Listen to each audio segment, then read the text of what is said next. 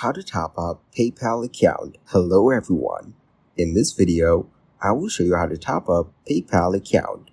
To top up your PayPal account, you can use either your Visa or MasterCard debit card or a confirmed bank account.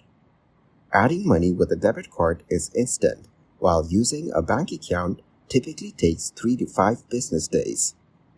To add funds through PayPal's website, go to your wallet, click on Transfer Money, and select Add Money from your bank or debit card.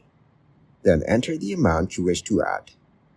You can choose in seconds with debit card for an instant transfer or 3 to 5 days with your bank for a standard transfer. Thank you guys for watching this video. Hope you got some value. Make sure to like the video and subscribe to the channel to get notified of new videos. See you in the next one.